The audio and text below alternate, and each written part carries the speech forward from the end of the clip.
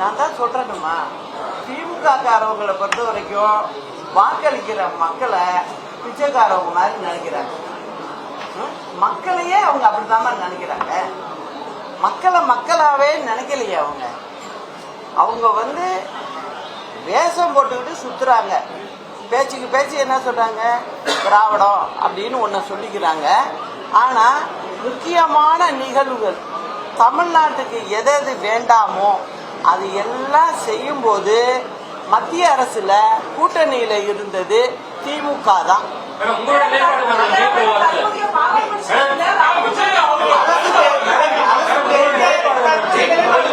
நிச்சயமாக தமிழ்நாட்டுக்கு நீட்டு கூடாதுங்கிறதுல எந்த மாற்று கருத்தும் இல்லை. அம்மா இருந்தப்ப என்னவோ அதுதான். நாங்க வந்தாலும் அதை நிறைவேற்றுறதுக்கு என்னென்ன செய்யணுமோ ஆக்கப்பூர்வமா, நல்லா கேட்டுங்க, ஆக்கப்பூர்வமா அதை நிச்சயம் செய்யும்.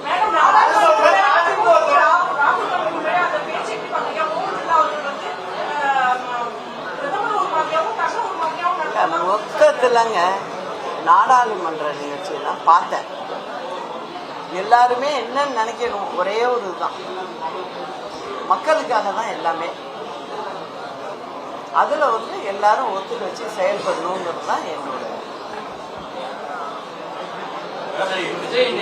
அப்புறம் விவசாயத்துக்குன்னு பாத்தீங்கன்னா தமிழ்நாடு அரசு, நீங்களாம் கூட நினைச்சிருப்பீங்க, பரவாயில்லையே தமிழ்நாடு அரசாங்கம் வந்திருக்கு, எப்பயுமே இல்லையே, அம்மா கூட இதை செய்யலையே, இது தனி பட்ஜெட்டு விவசாயத்துக்குன்னு சொன்னாங்க. விவசாயம் எந்த லெவல்ல இருக்குன்னு பாத்தீங்கல்ல, இப்போ இதுக்கு ஒரு தனி பட்ஜெட்டு. அதாவது பேரை சொல்லிட்டு 4 தொலைக்காட்சியில் அவங்களுடைய விளம்பரம் வந்துடும், அதோட அவங்க வேலை முடிஞ்சிடும். இது மாதிரி தான் செஞ்சுட்டு போறாங்க. விவசாயிகளும் அவ்வளோ கஷ்டத்தில் இருக்காங்க, அதையும் திரும்பி பார்க்கல. தமிழ்நாட்டில் வந்து இது ஆவின் பால் சென்னையிலேயே கிடைக்கல, அதுக்கு எல்லாம் என்ன சொல்றாங்க, பால் வரது இல்லை, அதுதான் உண்மை. இவங்க என்ன பண்றாங்கன்னா வெளி மாநிலங்கள்லேருந்து பால் பவுடரை வாங்கி தண்ணியை சூடு பண்ணி அதில் போட்டு பாலை கலந்து பாக்கெட்டில் போட்டு நிறைய கொடுக்குறாங்க. ஏன் காரணம் என்ன அப்படின்னாக்க, கிராமப்புறங்களில் வந்து அம்மா இருந்தபோது மாடுக்கு வந்து கொடுப்பாங்க, கொஞ்சம் சப்சிடி கொடுப்போம், மீதி பேங்க் லோன் அரேஞ்ச் பண்ணுவோம், அவங்களுக்கு சேர்த்து விடுவோம், எல்லாரும் கடன் கொடுப்பாங்க. அதனால வந்து வெண்மை புரட்சி அம்மா அரசாங்கம் இருந்தப்ப நல்லா போயிட்டு இருந்தது. ஆனா இப்போ இவங்க எல்லாத்தையுமே விட்டுறாங்க, விட்டுட்டு கடைசியா பேசுறாங்க.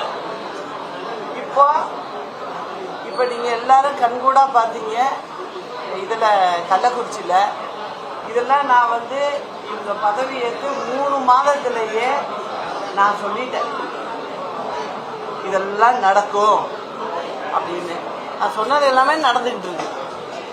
ஏன்னா இவங்களுடைய நிர்வாக தன்மை அவங்களுக்கு ஒரு துளி கூட இல்லை.